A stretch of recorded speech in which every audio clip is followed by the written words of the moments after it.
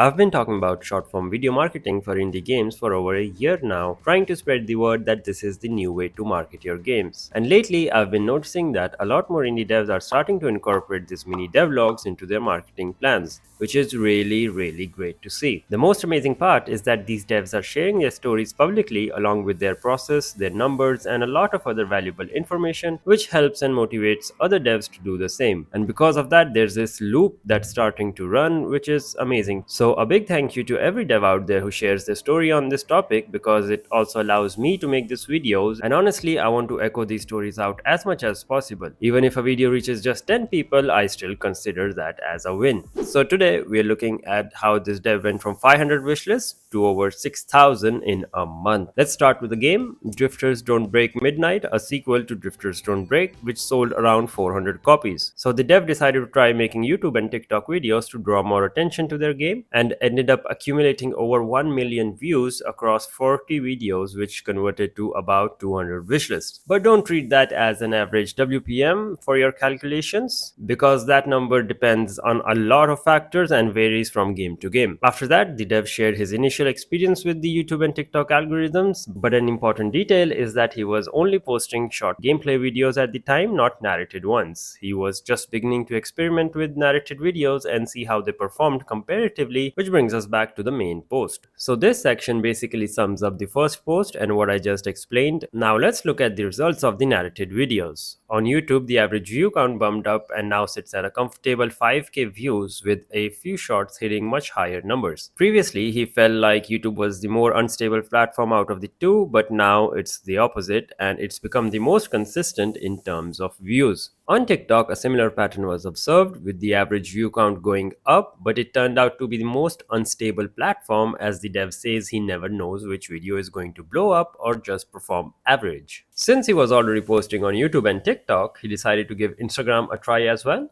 as he'd heard it converts views to wishlists the best. He faced a lot of issues with scheduling posts, which was a big drawback given the dev's workflow, which we'll talk about later. And in terms of view count, it was similar to TikTok. Now, cumulatively, he amassed over 6 million views in about a month, which bumped up his wishlist from 500 to 6,000. And as I said earlier, wishlist per mil varies a lot. This time it was about 900 per 1 million views compared to the 200 before. After posting these many videos, he also talks about how he now has a pretty good idea of what kind of videos will work and what won't. At one point, 2 videos went viral on 2 different platforms, which gave him around 1,000 wishlists over 2 days straight. Currently, he is gaining about 100 wishlists per day, which is quite impressive and a result of consistently posting videos. As some of you may know, that platforms push out short form views to new viewers even weeks after they're posted. And as he had heard before, Instagram's conversion rate turned out to be the best, followed by YouTube and then lastly TikTok. Let's talk more about the game now. The dev says he knew his game was niche in a genre that isn't very explored and doesn't really have many big titles. One similar game was Absolute Drift, which was released 11 years ago, and he also noticed that a lot of people were commenting about a game called Data Wing that felt similar, which came out 9 years ago. So the dev mentions that nostalgia probably plays a good role in connecting with his audience. His game also stands out visually as it uses a futuristic neon pixel art style, which hasn't really been done before in this particular genre.